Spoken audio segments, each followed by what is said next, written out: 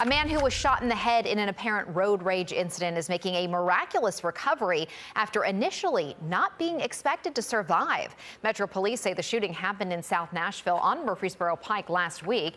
At around 9 in the morning, officers quickly arrested 22-year-old David Bush, charging him with attempted murder and reckless endangerment. News 2's Tori Gessner talked with the victim's daughter, who says her dad still has a long road to recovery.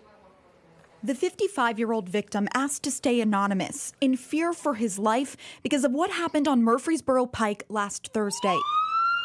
His daughter, Brianna Tapia, describing it from his perspective. She says he was pulling out of work when he saw a car fly down the road and pull up next to his white truck. They said he had really dark tinted windows, didn't even see him or anything. And then all of a sudden he was shot, and he said he couldn't move. And he was on a phone call, so he just kept screaming, and he still can't speak very well. So he just kept screaming, shot, shot, shot. The father of 5 was shot in the head. You never think it's going to happen to you or anybody close to you. I mean, you hear about it all the time on the news, but you never think it's going to be you. That afternoon, Metro Police arrested 22-year-old David Bush, who reportedly told detectives he was driving recklessly to try to follow his girlfriend, who was in a separate car. According to officers, a witness's dash camera shows the victim's truck moving into the middle turn lane where Bush was driving, forcing him to slow down. Then, police say Bush swerved across lanes, pulled up next to the victim's truck, and fired multiple shots.